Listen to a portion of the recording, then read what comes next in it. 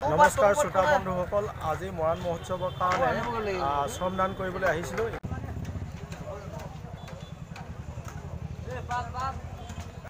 আপোনাসকলৰ আগত গৌৰৱেৰে ক'ব বিচাৰোঁ যে আমি উজনি অসমত বৰ্তমান বসবাস কৰি থকা অন্যতম খিলঞ্জীয়া ভূমিপুত্ৰ মৰাণসকলৰ ইয়াতে তিনিদিনীয়া বিস্তৃত কাৰ্যসূচীৰে মৰাণ মহোৎসৱ উদযাপন কৰিবলৈ লোৱা হৈছে। মৰাণ জনজাতীয় ছটাকৈ সংগঠনৰ নেতৃত্বত আৰু সমূহ মৰাণ ৰাইজৰ সহযোগত।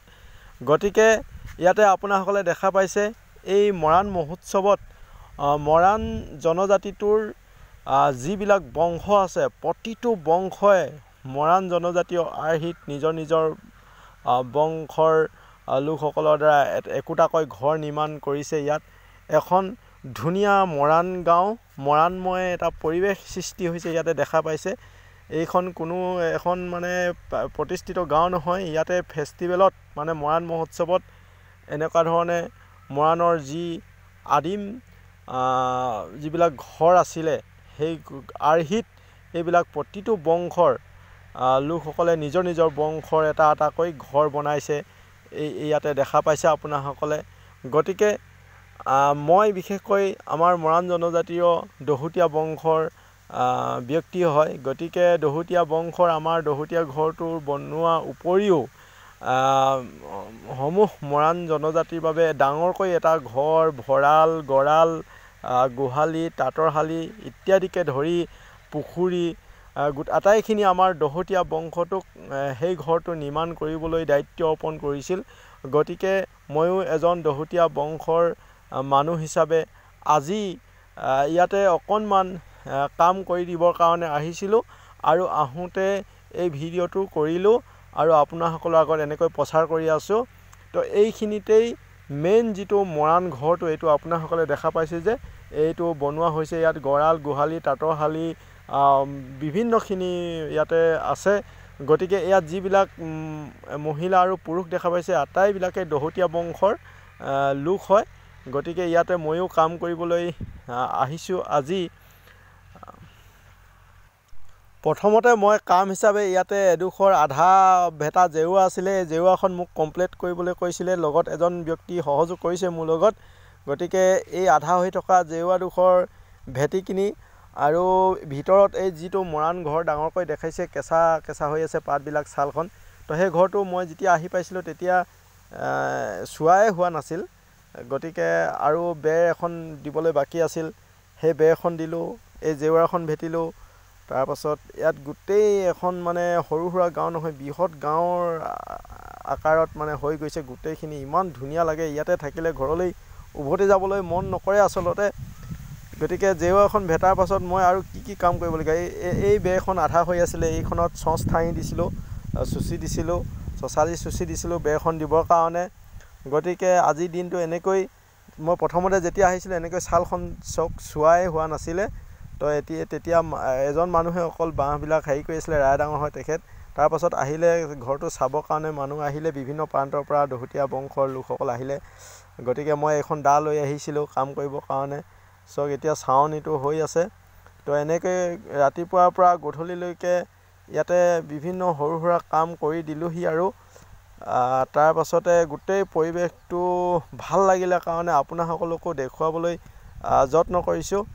তাৰপাছত গাঁওখনৰ সোঁমাজতে এই ঘৰটোৰ সন্মুখৰ ফালে এটা নামঘৰ বনাইছে ডাঙৰকৈ।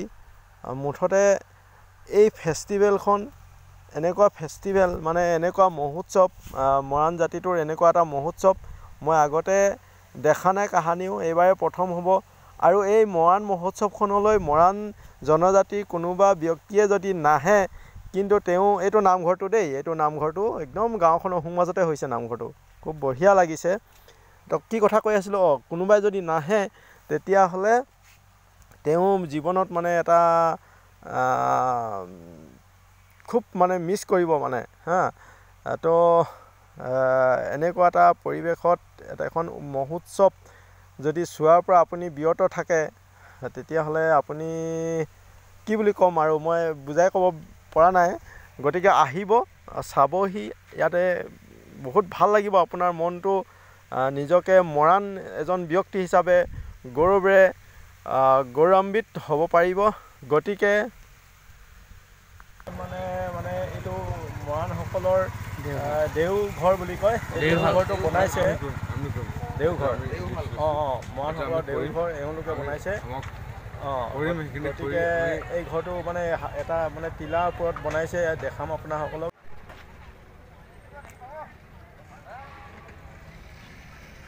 গতিকে ভাল লাগিলে, গতিকে ইয়াতে অকণমান সোমালোঁ আৰু আপোনাসকলক ইয়াৰ পৰা চাৰিওফালৰ পৰিৱেশটো কাইলৈৰ পৰা আৰম্ভ হ'বহে, তথাপিতো আজিয়ে আৰম্ভ হ'ল নিচিনা লাগিছে।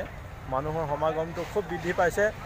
গতিকে কাইলৈ এই 3 দিনৰ যি মৰাণ মহোৎসৱ, ইয়াৰ মানে সম্পূৰ্ণ ভিডিঅ' আপোনাসকললৈ এৰিম। গতিকে আজি অকণমান কাম কৰিবৰ কাৰণে আহিছিলোঁ। গতিকে থুলমূলীয়াকৈ এনেকৈয়ে দেখাইছোঁ যিটো প্ৰান্তত হ'ব মৰাণ মহোৎসৱ সেই ঠাইখিনি দেখাইছোঁ। গতিকে এই দেখুৱাৰ পাছৰ ভিডিঅ'টো অলপ ভাল ধৰণে কৰিম বুলি ভাবিছোঁ। গতিকে পাছৰ ভিডিঅ'টো আপোনালোকে চাব। ভিডিঅ'টো শেষ কৰাৰ আগতে আহক আমাৰ দহোটীয়া বংশৰ ঘৰটোত এপাক সোমাই যাওকহি।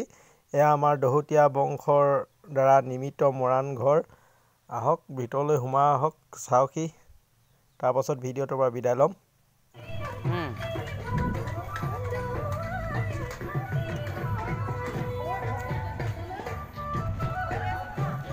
আমাৰ দহোটীয়া বংশাৱলী ঘৰলৈ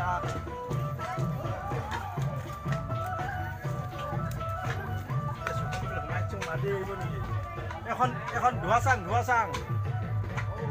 এখন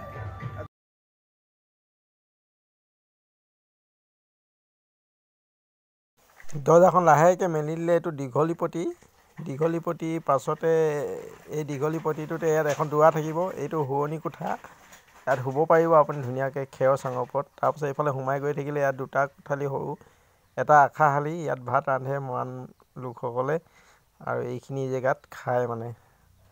এইটো হ'ল দীঘলীপতিয়েদি এনেকৈ ওলাই গৈ কিনে এইটো বহা কোঠা।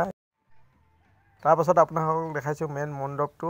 এইটো আপোনাসকল দেখা পাইছে মেইন মণ্ডপ আৰু চাৰিওফালৰ পৰিৱেশটো দেখা পাইছে। তাৰপাছত এতিয়া আজি এইখিনিকে দেখাইছোঁ। অহা কাইলৈকে পূৰা সম্পূৰ্ণ ইয়াৰ অনুষ্ঠানবিলাক দেখাম। এইখন মূল গেটখন। এতিয়া মুঠতে যাবলৈ ল'লোঁ। বাই বাই, পাছত আকৌ লগ পাম দেই।